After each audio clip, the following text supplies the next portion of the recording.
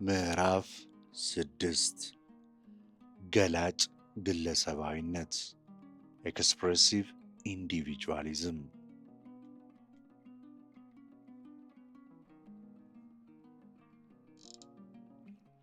የፈረንሳይ አብዮት በመላው ዓለም ሁለት የተለያዩ የማንነት ፖለቲካ ቅጂዎችን አስለቅቋል። ምንም እንኳ በወቅቱ ሁለቱንም ክስተቶች ለመግለጽ ያ ቃል ጥቅም ላይ ባይውልም ማለት ነው። አንዱ ጅረት የግለሰቦችን ክብር ዕውቅና እንዲያገኝ የጠየቀ ሲሆን፣ ሌላኛው ደግሞ የህብረቶችን ኮሌክቲቪቲስ ክብርን ጠይቋል። የመጀመሪያው ግለሰባዊነት ጅረት የጀመረው ሁሉም የሰው ልጆች ነፃ ሆነው የተወለዱና በነፃነት ፍላጎቶቻቸው እኩል ናቸው የሚል መነሻ ሐሳብ ነበርም። የፖለቲካ ተቋማት የተፈጠሩት ለጋራ ማህበራዊ ህይወት ከሚያስፈልገው ጋር በሚጣጣም መልኩ ያንን ተፈጥሯዊ ነፃነት በተቻለ መጠን ለመጠበቅም ነበር። ሊበራል ዲሞክራሲ የግለሰብን ራስ ገዝነት ኢንዲቪጁዋል አውቶኖሚ በእኩልነት መጠበቅን በሞራል ፕሮጀክቶቻቸው እምብርት ላይ አስቀምጠዋልም። ራስ ገዝነት ሲባል ግን ምን ማለት ነበር ነው ጥያቄው።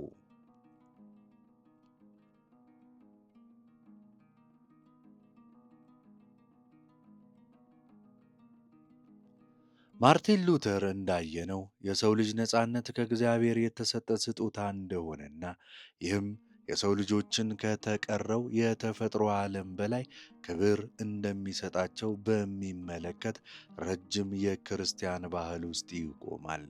ነገር ግን ያ ነፃነት እምነት ለማግኘት የእግዚአብሔርን ሕግ ለመከተል ባለው ችሎታ ላይ የተወሰነም ነበር። ካንት በዚህ ባህል ቀጠለ። በሃይማኖት ወይም በዓለማዊ ምክንያት በተቀመጡ አብስትራክት ደንቦች ላይ ተመስርቶ የሰው ልጅ የሞራል ምርጫ የማድረግ ችሎታ ላይ ያተኮረ ዓለማዊ ራስ ገዝነት ቅጂን አቀረበ። ለካንት የሰው ልጅ ክብር የተመሰረተው ሁሉም ግለሰቦች ያልተከሰቱ ምክንያቶችን አንካውዝድ ካውዝስ ናቸው። በፊዚክስ ሕጎች በማይገዛ መልኩ እውነተኛ ነፃ ፈቃድ ፍሪ ዊል የመጠቀም ችሎታም አላቸው በሚለው አመለካከቱ ላይ ተመስርቶ ነው። ነገር ግን እንደ ካቴጎሪካል ኢምፔሪቲቭስ ያሉ የካንት ደንቦች የግለሰብ ሰብአዊ ምርጫ ውጤቶች አልነበሩም። እነርሱ የተገኙት በፍልስፍናዊ አስተሳሰብ አማካኝነት ሲሆን ለሁሉም የሰው ልጆች ያለ ምንም ልዩነት ካቴጎሪካሊ የሚተገበሩም ነበሩ። በዚህ ባህል ውስጥ እንግዲህ የሰው ልጅ ክብር የሚያጠነጥነው አንድ ግለሰብ ትክክለኛ የሞራል ምርጫዎችን የማድረግ ችሎታው ላይ ነው። ይህ በሃይማኖት ወይም በዓለማዊ ምክንያት የተገለጸ ሊሆንም ይችላል። ክብር በሰው ልጅ የሞራል ምርጫ ላይ ስር ሰዷል የሚለው ሐሳብ የጀርመንን፣ የጣሊያንን፣ የአየርላንድን፣ የጃፓንን፣ የእስራኤልንና የደቡብ አፍሪካን ጨምሮ በበርካታ ዘመናዊ ዲሞክራሲያዊ ሕገ መንግሥታት ውስጥ በመካተቱ ፖለቲካዊ ዕውቅናን አግኝቷል።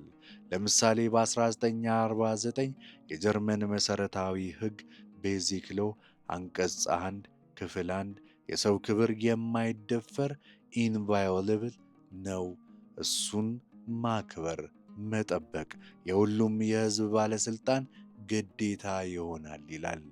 በተመሳሳይ የደቡብ አፍሪካ ሕገ መንግሥት ክፍል 10 እያንዳንዱ ሰው ተፈጥሯዊ ክብር ኢንሄረንት ዲግኒቲ እና ክብሩ እንዲከበርለት እንዲጠበቅለት መብት አለው ይላል። የደቡብ አፍሪካ ሕገ መንግሥታዊ ፍርድ ቤት የክብር መብት የሰው ልጆችን ተፈጥሯዊ ዋጋ ኢንትሪንሲክ ዎርዝ ዕውቅና መስጠት ነው ይላል። ከእነዚህ ሕገ መንግሥታት አንዳቸውም የሰው ልጅ ክብር ምን እንደሆነ በትክክል አይገልጹም። በምዕራቡ ዓለም ያለ አንድ ፖለቲከኛም ቢሆን ቢጠየቅ የንድፈ ሐሳብ መሠረቱን ሊያብራራው አይችልም። ለሰብአዊ ክብር የሚሰጡ እንዲህ ያሉ ማጣቀሻዎችን አመጣጥ ለመረዳት ጥቅም ላይ የዋሉትን ቃላት ስርወ ቃል፣ ሌክሲካል ኦሪጅን እና ተጽፈው ወደዚህ ለመድረስ ያለፉትን ታሪካዊ መንገዶች መመልከት ያስፈልገናል። ከክብር ጽንሰ ሐሳብ የካንት አመጣጥ ካንቲያን ኦሪጅን በጀርመንኛ በደቡብ አፍሪካም ጉዳዮች ላይ ግልጽ ነው። የጀርመን ሕግ የማይደፈር ኢንቫዮለብል የሚለውን ቃል መጠቀሙ ሁሉም ሌሎች መብቶች ለዚህ መሠረታዊ መብቶች የተገዙ መሆናቸውን ያመለክታል። በደቡብ አፍሪካ ተፈጥሯዊ ዋጋ ኢንትሪንሲክ ወርዝ ማጣቀሻም እንደሚያደርገው ወደ ካቴጎሪካል ኢምፔሬቲቭ ይጠቁማል። አንደኛ ክብር ነው። መብት የክርስቲያን አመጣጥ በ1937 ከአየርላንድ ሕገ መንግሥት ጀምሮ ለክብር ሕገ መንግሥታዊ ጥበቃ እንዲደረግ በዋነኝነት የገፉት የክርስቲያን ዲሞክራቲክ ፓርቲዎች በመሆናቸው እውነታ ይመሰከርላቸዋል። ሆኖም ከእነዚህ ሕገ መንግሥታት አንዳቸውም ክርስትናን በግልጽ አይጠቅሱም ወይም የፖለቲካ መብቶችን ከሃይማኖት እምነት ጋር ለማገናኘት በፍጹም አይሞክሩም። ሁለተኛ በሆብስና በሎክ የጀመረውና እንደ ጆን ስቱዋርት ሚል ባሉ የ19ኛው ክፍለ ዘመን አሳቢዎች የቀጠለው የአንግሎ አሜሪካን ሊበራል ባህል ለራስ ገዝነት አውቶኖሚ ብዙ ሜታፊዚካዊ ያልሆነ አቀራረብን ወስዷል። ይህ ባህል ራስ ገዝነትን በነጻ ፈቃድ ዙሪያ አይገነባም። ነጻነት በቀላሉ የአንድን ሰው ፍላጎት፣ ስሜቶች ዲዛይር ኤንድ ፓሽን ከውጫዊ እገዳ ነጻ ሆኖ የማሳደድ ችሎታ ነው። ወይም ለሆብስ የሰው ልጆች ፍላጎታቸው የሚገፉ እንደ ማሽኖች ናቸው።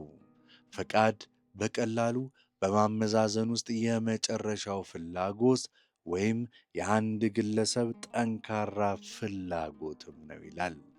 በዚህም ምክንያት ክብር ወይም ዲግኒቲ የሚለው ቃል ከክርስቲያን ካንት አንድምታው ጋር በአሜሪካ ሕገ መንግሥት ወይም እንደ ፌዴራሊስት ፔፐርስ ባሉ መስራች ሰነዶች ውስጥ አይገኝም። ቢሆንም የሰው ልጆች በተፈጥሯቸው ነፃነታቸው በመሰረቱ እኩል ናቸው የሚለው የሆብስ ጽንሰ ሐሳብ በማኅበራዊ ውሉ ማለትም ሶሻል ኮንትራክት የተመሰረተባቸው የፖለቲካ መብቶች መሰረት ይሆናል። የሆብስ ተፈጥሯዊ የመኖር መብት ናቹራል ራይትስ ቱ ላይፍ በአሜሪካ የነፃነት መገለጫ ውስጥ ሕይወት፣ ነፃነት እና ደስታ መፈለግ ላይፍ ሊብሪቲ ኤንድ ዘ ፐርሱት ኦፍ ሃፒነስ ከሚለው መብት አካል ሆኖ ተካቷል። ስለዚህ ስለ ራስ ገዝ ባህሪ ትንሽ ለየት ያለ መነሻ ሐሳብ የግለሰብ መብቶችን በእኩልነት ለመጠበቅ ወደ ተቋቋመ ተመሳሳይ ሥርዓት ያመራል። የሊበራል ፖለቲካዊ ባህል ለዜጎች እኩል መብቶችን በመስጠት አንዱን የግለሰብ ራስ ገዝነት ቅጂ ተቋማዊ አድርጓልም።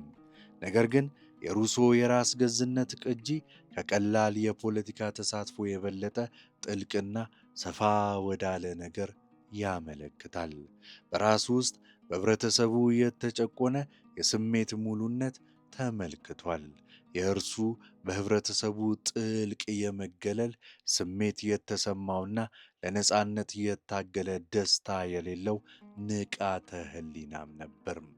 ቻርልስ ቴይለር እንዳብራራው ይህ ወደ እኛ የወረደ ኃይለኛ የሞራል ሐሳብም ነው።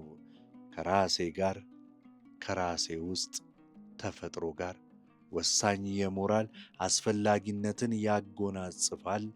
ይህ ግንኙነት በከፊል ወደ ውጫዊ ተመሳሳይነት በሚገፉ ጫናዎች፣ ነገር ግን ደግሞ ለራሴ መሳሪያዊ አቋም በመውሰዴ ይህን የውስጥ ድምፅ የማዳመጥ ችሎታዬን በማጣቴ ሊጠፋ እንደሚችል ደግሞ ያምናል። ይህ በሉተር የጀመረው የሞራል ዳግም ግምገማ አካል ነበርም። የውስጥ ማንነት ባህላዊ የክርስቲያን ግንዛቤ የእነሱን እንደ ቀዳማዊ ኃጢአት ኦሪጂናል ሲን ምንጭ አድርጎ ይመለከተው ነበር።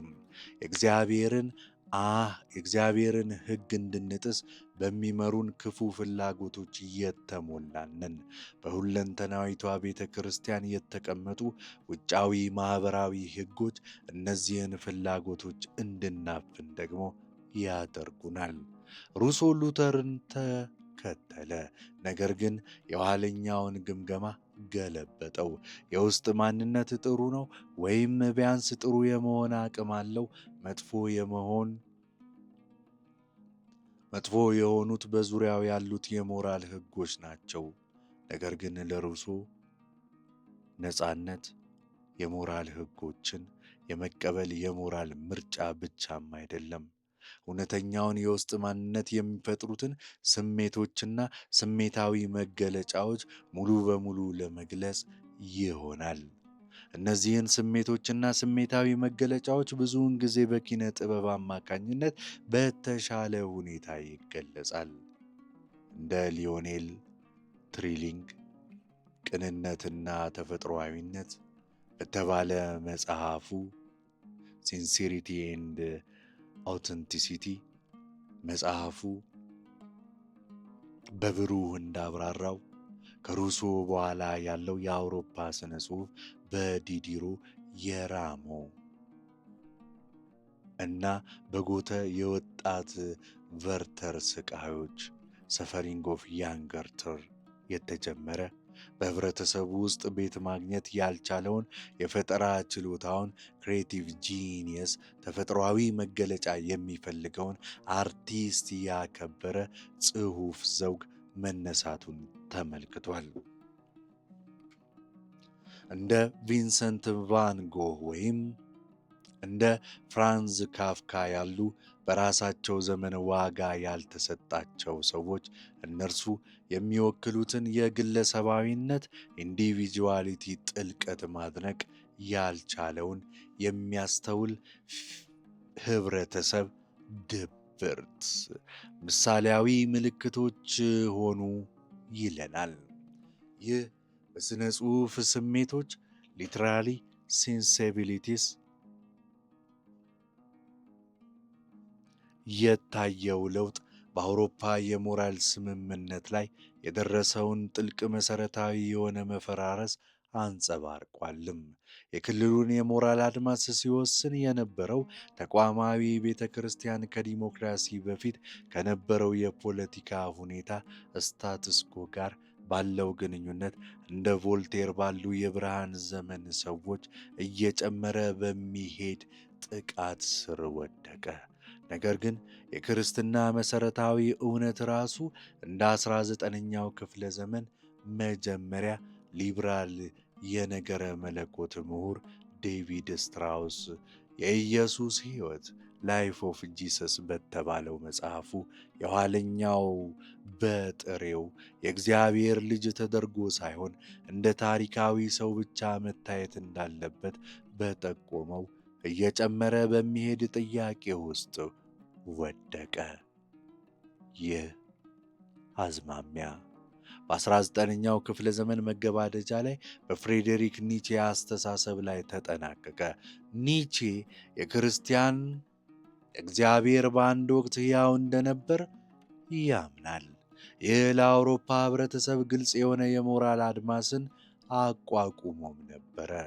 ነገር ግን ከዚያ ወዲህ በእምነት መፈራረስ ምክንያት እግዚአብሔር ሞቷል። ይህ በአማራጭ እሴት ኦልተርኔቲቭ ቫሊዩስ ሊሞላ የሚችል የሞራል ክፍተት ሞራል ቮይድን ትቷል። ኒቼ ከባህላዊ ስነ ምግባር ሊቃውንት ሞራሊስትስ በተቃራኒ ይህን እውነታ አክብሯል። ምክንያቱም ለሰው ልጅ ራስ ገዝነትን፣ ሂውማን አውቶኖሚን፣ ወሰንን እጅግ ስላሰፋው ነው። የሰው ልጆች በሉተርና በካንት መሠረት የሞራል ሕግን ለመቀበል ብቻም ሳይሆን ያንን ሕግ ለራሳቸው ለመፍጠር ነፃ ነበሩ። በኒቼ አስተሳሰብ ከፍተኛው የኪነ ጥበብ መገለጫ ቅርስ የእሴት ፍጥረት ቫልዩ ክሬሽን ራሱ ነበር። እጅግ በጣም ራስ ገዝ ሱፕሪምሊ አውቶኖመስ የሆነ ሰው የእሱ ገጸ ባህሪ ዛራቱስትራም ነበር። እርሱ የክርስቲያን እግዚአብሔር ሞትን ተከትሎ የሁሉም እሴቶችን ዳግም ግምገማ ማወጅ ይችል ነበርና።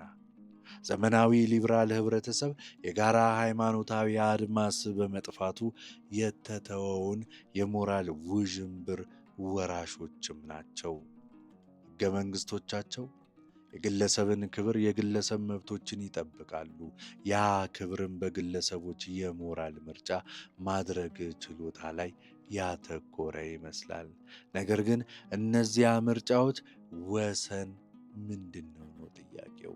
ምርጫ በዙሪያው ባለው ህብረተሰብ በተቀመጡ የሞራል ደንቦች ስብስብ ተቀባይነት ወይም አለመቀበል ላይ የተወሰነ ነው ወይንስ እውነተኛ ራስ ገዝነት እነዚያን ደንቦች የመፍጠር ችሎታን ያካትታል የሚል ጥያቄ። በ20ኛው ክፍለ ዘመን በምዕራባውያን ህብረተሰቦች ውስጥ በክርስትና ላይ የነበረው የጋራ እምነት እየቀነሰ ሲመጣ ከሌሎች ባህሎች የመጡ የተለያዩ ደንቦች፣ እሴቶች ባህላዊ የሆኑትን መተካታቸውን ጀመሩ። እንዲሁም በጭራሽ ያለማመን አማራጭም አብሮ ተከትሎ መጣ።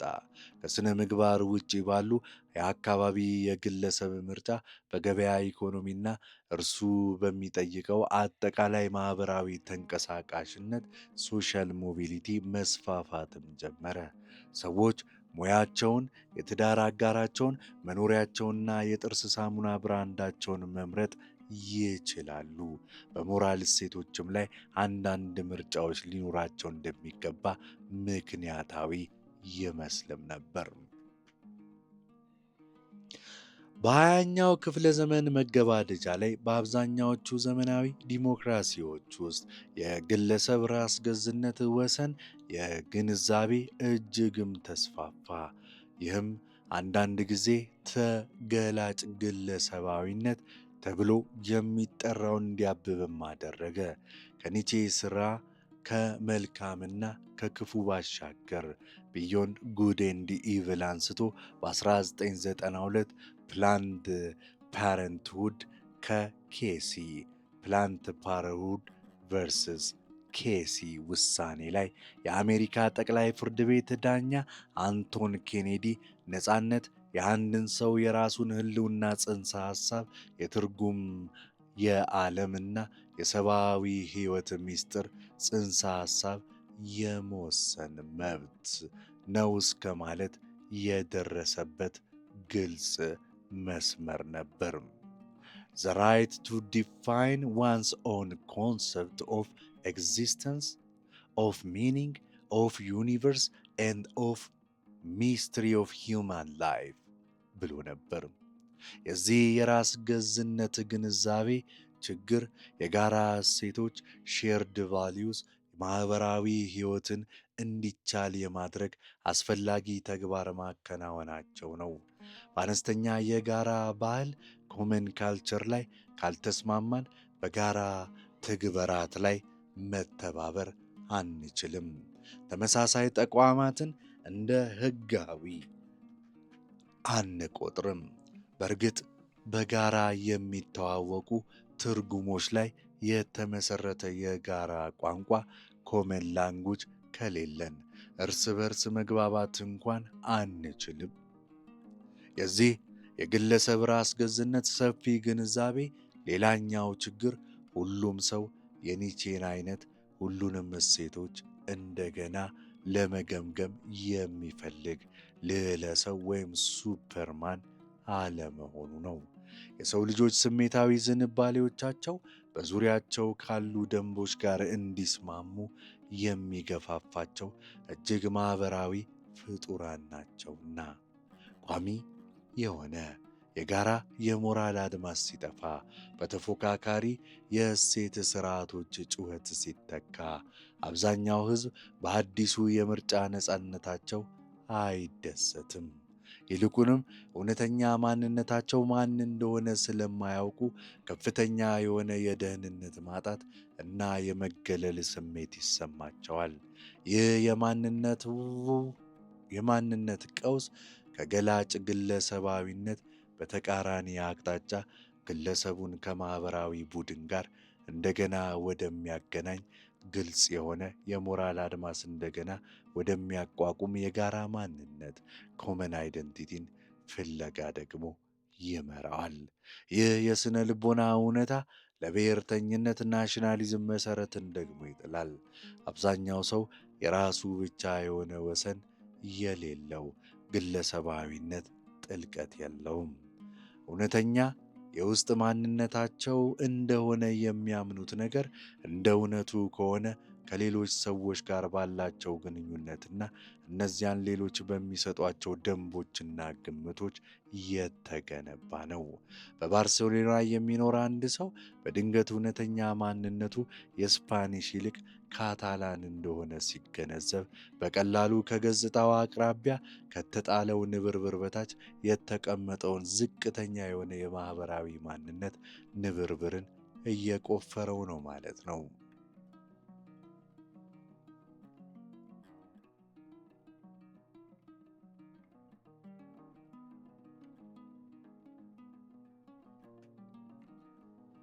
የእውቅናና የክብር ፖለቲካ በ19ኛው ክፍለ ዘመን መጀመሪያ ላይ በሁለት አቅጣጫዎች ተከፍሎ ነበር።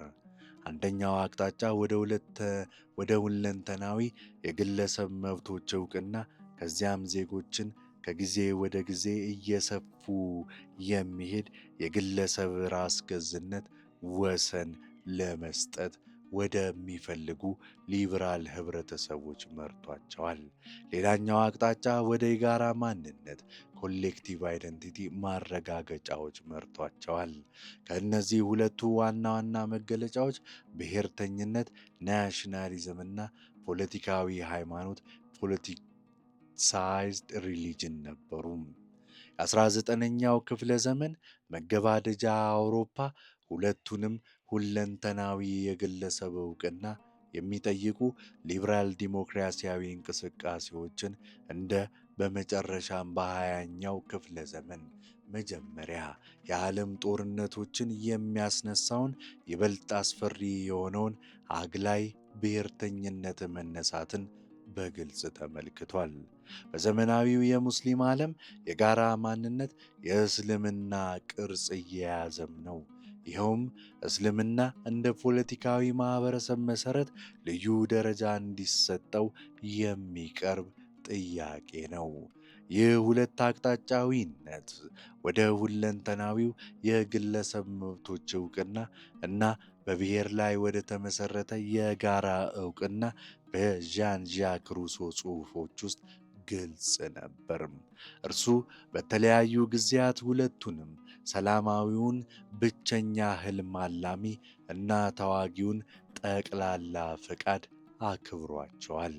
ሁለቱ ከፈረንሳይ አብዮት ራሱ ከጥንት ቀናት ጀምሮ ነበሩና አብዮቱ ሁለት ሰንደቅ ዓላማዎችን አውለብልቧል። አንደኛ ከብሔራዊ ድንበሮች ነፃ የሆነውን የሰው መብቶች ራይትስ ኦፍ ማን የሚያበረታታ ሁለንተናዊ ሰንደቅ ዓላማ፣ ሁለተኛው ደግሞ የፈረንሳይ ፓትሪ አገር ከውጭ ወራሪዎች ለመከላከል የሚፈልግ ብሔራዊ የፈረንሳይ ሰንደቅ ዓላማ።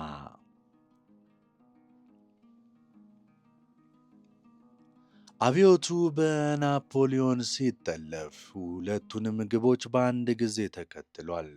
ሊበራል የሆነውን ኮድ ናፖሊዮን ለማስፋፋት ወታደራዊ ኃይልን ተጠቅሟል። በተመሳሳይ ጊዜ በወረራቸው የአውሮፓ ክፍሎች ላይ የፈረንሳይን የበላይነት ጭኗልም። ይህ ድርብ ባህሪ ዱዋል ካራክተር በአረብ ጸደይና በዩክሬን የክብር አብዮትም ውስጥም ነበር። በመካከለኛው ምስራቅ ያሉ በሚሊዮን የሚቆጠሩ የአረብ ዜጎች ከመሐመድ ቦዓዚዝ ጋር ሊተሳሰቡ ይችላሉ። ነገር ግን ሁሌም ሃይማኖታቸው ምንም ይሁን ምን የሁሉንም ዜጎች እኩል መብቶች ዕውቅና በሚሰጥ ህብረተሰብ ውስጥ መኖር አልፈለጉም።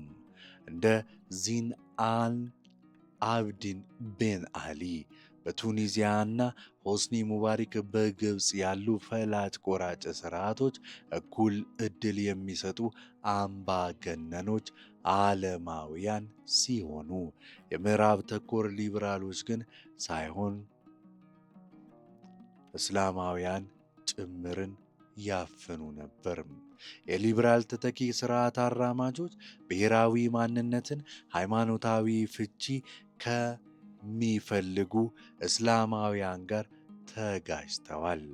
እስላማዊ የሙስሊም ወንድማማቾች በዲሞክራሲያዊ ምርጫ በግብፅ ስልጣን ሲይዙ የራሳቸውን አምባገነናዊ ስርዓት ይፈጥራሉ የሚል ስጋትን ፈጠሩ። ይህም ወታደሩ በሰኔ 2013 መፈንቅለ መንግሥት እንዲያካሂድ አደረገው። ብዙ የቀድሞ የግብፅ ሊበራል የእስላማዊ ሪፐብሊክ ግብፅ እስላማዊ ሪፐብሊክ እንዳትሆን ለመከላከል ይህንን መፈንቅለ መንግሥት ደገፉ። በተመሳሳይ የማይዳን የክብር አብዮት የተመሠረተው ዩክሬን የአውሮፓ ህብረትን እንድትቀላቀልና የተለመደ የአውሮፓ ሀገር እንድትሆን በሚፈልጉ በምዕራብ ተኮር ሊበራሎችና የተለየ የዩክሬን ባህላዊ ማንነትን ለመጠበቅ በሚፈልጉና ለሊበራል ክፍት ዩክሬን ብዙም ፍላጎት በሌላቸው እንደ ራይት ሴክተር ባሉ ቡድኖች ውስጥ የሚገኙ የዩክሬን ብሔርተኞች ጥምረት ላይ ነው። በምዕራፍ 10 እና 11 ላይ ባለፈው ክፍለ ዘመን በሊበራል ህብረተሰብ ውስጥ ግለሰባዊ የክብርና የራስ ገዝነት ዝንባሌዎች እንዴት እንደተለወጡ ወደሚቀጥለው ጥያቄ እንመለሳለን። እስከዚያው ድረስ ሁለት አይነት የጋራ ማንነቶች ኮሌክቲቭ አይደንቲቲ ቅርጾችን በብሔርተኝነት እና በሃይማኖት ላይ የተመሰረቱትን በቅርበት እንመለከታለን። ሁለቱም ብሔርተኝነትና እስልምና ማለትም ፖለቲካዊ እስልምና እንደ አንድ ሳንቲም ሁለት ገጽታዎች ተደርገው ሊታዩ ይችላሉ። ሁለቱም የህዝብ ዕውቅና የሚፈልግ የተደበቀ ወይም የተጨቆነ የቡድን ማንነት መገለጫዎች ናቸውና ሁለቱም ክስተቶች የሚነሱት በተመሳሳይ ሁኔታዎች ነው። ይኸውም ኢኮኖሚያዊ ዘመናዊነትና ፈጣን ማህበራዊ ለውጥ የቆዩ የማህበረሰብ ቅርጾችን ሲያፈርሱና ግራ በሚያጋባ የብዝሃነት ፕሉራሊዝም አማራጭ የማህበር ቅርጾች ሲተኳቸው ነው።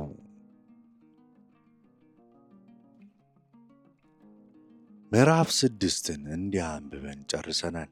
ምዕራፍ 7ን እንቀጥላለን። ቻናላችንን ሰብስክራይብ፣ ላይክ፣ ኮመንት፣ ሼር ያድርጉ። አባል በመሆን ይቀላቀሉን። እናመሰግናለን። እንቀጥላለን።